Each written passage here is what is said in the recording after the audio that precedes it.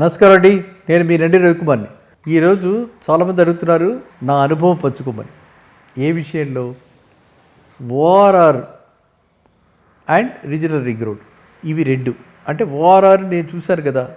ORR మీరు చూసినప్పుడు గత 20 ఏళ్ళు, గత 15 ఏళ్ళు, 10 ఏళ్ళగా అది ఎలాగా ఓఆర్ఆర్ రాకముందు ఎలా ఉంది, ఓఆర్ఆర్ వచ్చిన తర్వాత ఎలా ఉంది, కనెక్టివిటీ వచ్చిన తర్వాత ఎలా ఉంది, ఏ పాయింట్లలో ఏ రేట్లలో ఉన్నాయి. ఇప్పుడు రీజనల్ రింగ్ రోడ్డు రాబోతోంది. రీజనల్ రింగ్ రోడ్ కూడా అది ఖచ్చితంగా లాస్ట్ ఒకసారి వీడియో చెప్పుకున్నాం. అది ఖచ్చితంగా రీజనల్ రింగ్ రోడ్ ఒక రియాలిటీ, ఒకటి ఖచ్చితంగా అది వస్తుంది.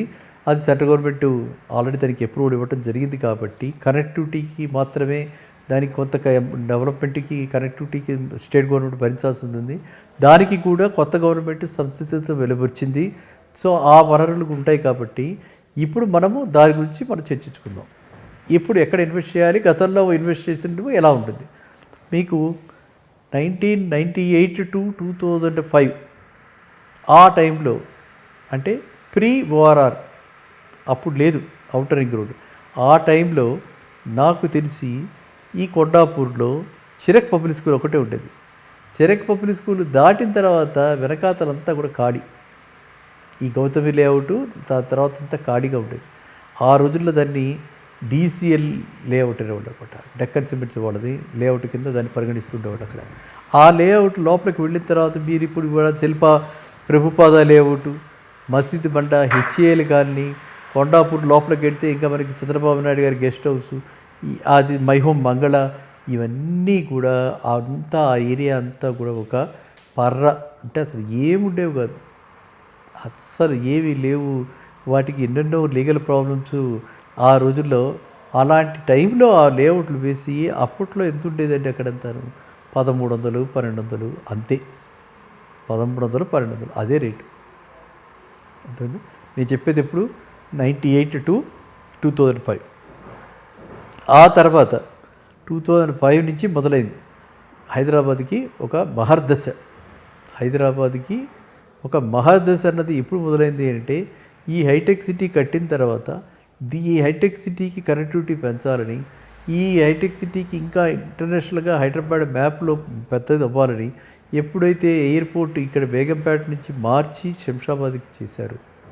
శంషాబాద్ దగ్గర రైతుల దగ్గర తీసుకున్న ల్యాండ్ వాళ్ళ కాంపెన్సేషన్లు అన్నీ ఇచ్చాక అక్కడ రైతులందరూ కూడా ఓవర్ నైట్ మా కళ్ళ ఎదురకుండా మేము చూసాం, మిలియనర్స్ అయిపోయారు. ఆ తర్వాత ఆ డబ్బులు వాళ్ళ చేతుల్లో, ఆ విధంగా వాళ్ళ రైతులంతా కూడా మిలియనర్స్ అయిపోయిన తర్వాత ఈ శంషాబాద్కి చుట్టూ హైదరాబాద్కి ఒక నెక్లెస్ లాగా ఈ రింగ్ రోడ్డు ప్రతిపాదించడం జరిగింది. ఔటర్ రింగ్ రోడ్డు ఎప్పుడైతే ప్రతిపాదించారో, ఈ ఔటర్ రింగ్ రోడ్డు చుట్టూ కూడా ఉన్నటువంటి ఏవైతే మనకి ఇవాళ మనం అనుకుంటున్న ఎగ్జిట్లు అన్నీ కూడా ఏమిటి? ఇండికేషన్ ఆఫ్ అక్కడ ఇన్హాబిటేషన్ అక్కడ ఆల్రెడీ ఉంది. కాబట్టి ఆ పాపులేషన్కి అనువుగా వాళ్ళకి కంఫర్టబుల్గా ఉండేందుకు ఈ ఎగ్జిట్లు పెట్టారనమాట. అక్కడ మనం చూస్తే అంత అసలు నమ్మలేరు ఎవరు, చాలామంది తక్కువ మంది నమ్ముతారు ఇలాంటి విషయాలు. కోకాపేటలో 15 ఏళ్ళు క్రితం దాకా జస్ట్ కనెక్షన్ రాకపోతూ కూడా, వచ్చిన తర్వాత కూడా చాలా ఏరియాస్లో 10,000 రూపాయలు కూడా లేదు గజం. 10,000 రూపాయలకి జేబేరీ దగ్గర మనకి ఇక్కడ దొరికేది. హైటెక్ సిటీ శిల్పారామం దాటి వెనకాతలు కూడా దొరికేది ఆ రోజుల్లో. 2003లో 10,000 రూపీస్కి ఇక్కడ దొరికేది. 2003లో కాకతీయ హిల్స్ ఆ ఏరియాలో దొరికేవి ఆ లోపల. సో ఈ విధమైనటువంటి అన్నీ కూడా మన లోపలికి పెడితే తులిప్ గార్డెన్స్, రాఘవేంద్ర కాలనీ అక్కడ కూడా అలా ఉండేవి. ఆ ఏరియాస్ అన్నీ కూడా ఓవర్ కోర్స్ ఆఫ్ టైం, అంటే లాస్ట్ 15 ఏళ్లలో పర్టికులర్లీ ఈ ఎప్పుడైతే మనకి ఎక్స్పీరియన్స్ చేశామో, ఎవరైతే రియల్టర్స్ బెంగళూరుతో కనెక్టెడ్ ఉన్నారో వాళ్ళంతా అక్కడ చూసి ఆ విధంగా ఇక్కడ ల్యాండ్స్ ఎక్వైర్ చేసి ఇక్కడ కొనడం జరిగింది. హైదరాబాద్ రియాలిటీ మ్యాప్ మారిపోవడానికి మెయిన్ కారణం ఏంటంటే, కార్పొరేట్ రియల్ ఎస్టేట్ వాళ్ళతో ఇక్కడికి రావడం జరిగింది.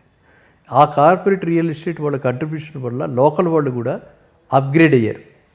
అంతకుముందర ఇంత గొప్పగా అపర్ణాలు, ఇంత గొప్పగా మైహోమ్లు లేవు. అవన్నీ కూడా మీరు చూస్తే అప్గ్రేడేషన్ అనమాట. మా కళ్ళ ముందర మేము చూసాం మైహోమ్ మబ్బు. ఆ రోజుల్లో 1300తో స్టార్ట్ చేశాడు ఆయన. 5 ఏళ్ళు 6 ఏళ్ళు పట్టింది ఆ ప్రాజెక్ట్.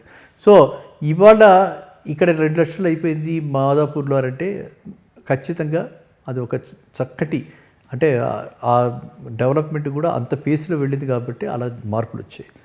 అయితే దీని అంతటికీ అనుభవం ఎందుకు పంచుకుంటున్నాం అంటే మీరు నిరాశ చెందక అయ్యో నేను మిస్ అయిపోయాను, నేను 2 లక్షలు పెట్టి కొనలేను అనుకుంటే కొనలేరు. 2 లక్షలు పెట్టి కొంటా ఉంటే మామూలు విషయం కాదు కదా.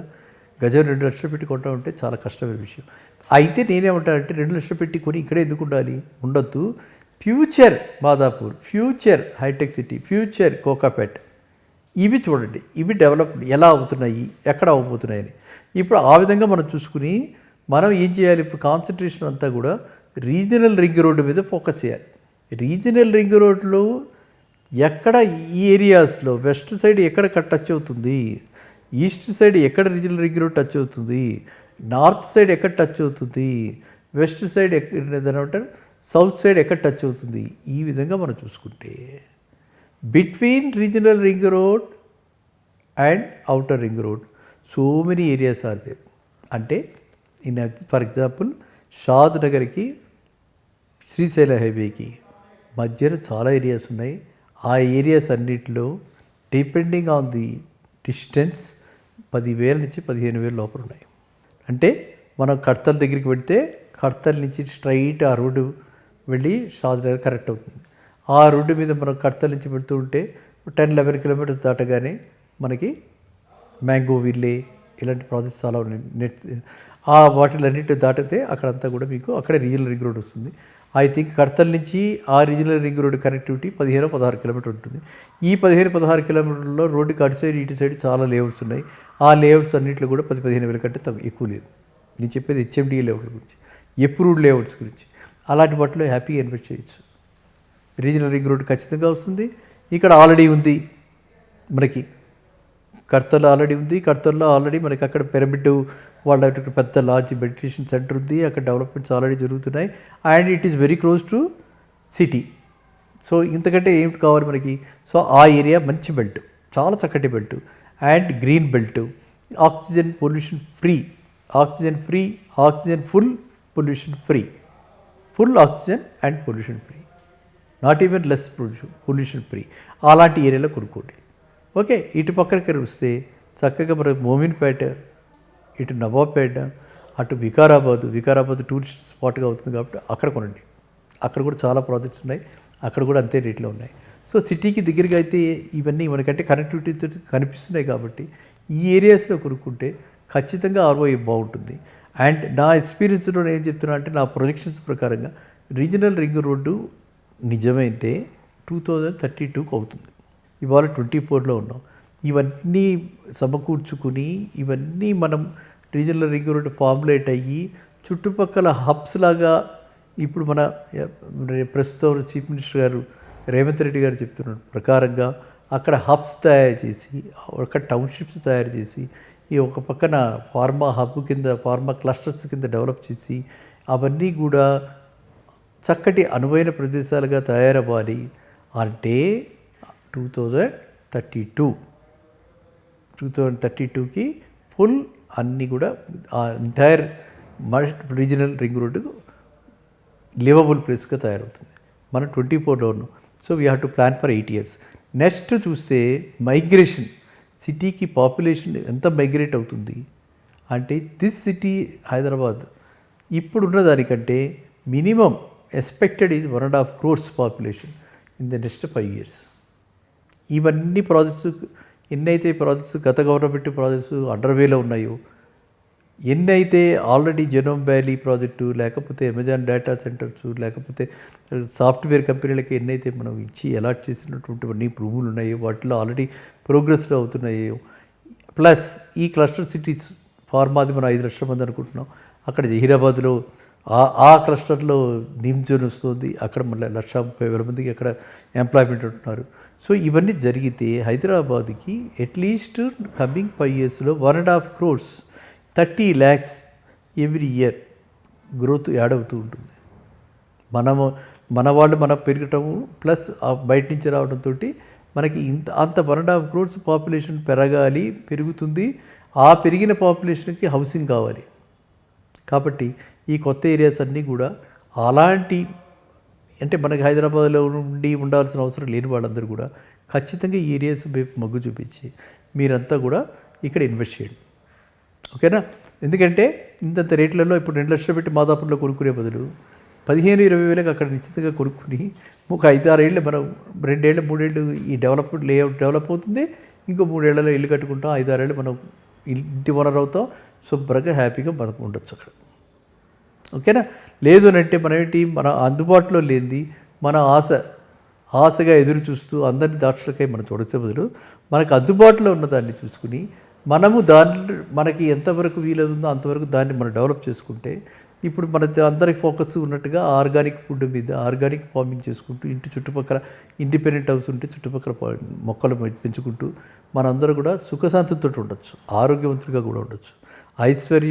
ఆరోగ్యం లేకుండా ఐశ్వర్యం వేస్ట్, అనుభవించలేని ఐశ్వర్యం ఎంతంటే అంత దౌర్భాగ్యం అనమాట. మనం అంతా ఉండి కూడా అనుభవించలేకపోతున్నాం అంటే అంతకంటే దౌర్భాగ్యం లేదు.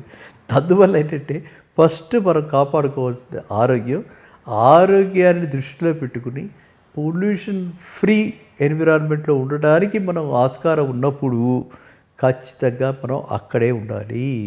కంపల్షన్ లేదు.